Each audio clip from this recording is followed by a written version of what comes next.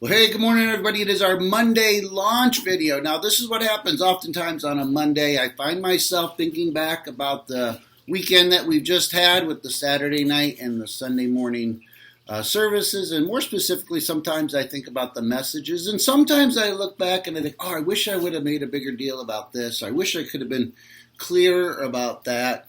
And this is one of those mornings when I reflect back and think, oh, man.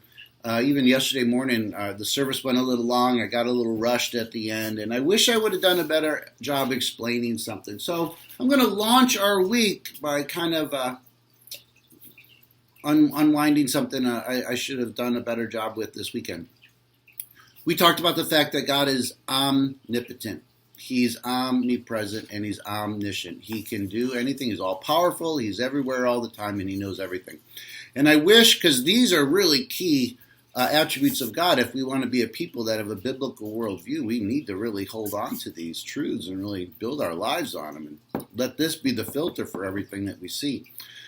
Anyways, when it comes to God's omniscience, He knows everything, which means He knows our motives. So there's two challenges that we kind of have when we think about this attribute. First one is this: God knows our motives. So when we're doing things, but there's a little bit of a taint or a selfishness to our motives, God knows that.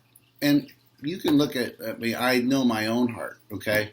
And sometimes I'm doing things, and people might think, oh, there's he's nice, he's doing something for somebody else. But trust me, oftentimes there's an element, to be honest, of a selfishness in some of the things that I do, that we all do. So the 2 points on this is cut yourself some slack.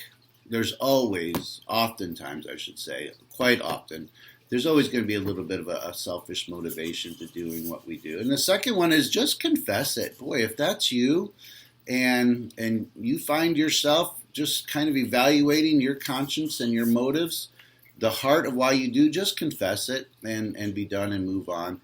And the second part of this is if your heart and if your motives are in the right place, that's what God is most concerned about. Don't worry about the consequences. Don't worry about the results.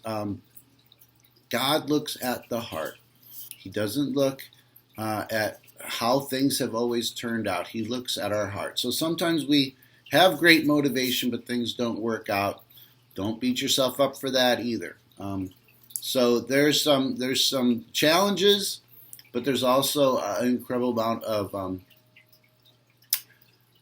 of peace that comes. I mean, the third part of this conversation is God loves us so much, even though He knows our thoughts, even though He knows our motives, He still reaches out and desires to have relationship with us, which is maybe the most powerful part of all this conversation. So, all right. So let that be a launch for the next 5 days. What are your motives? Why do you do what you do? God is fully aware.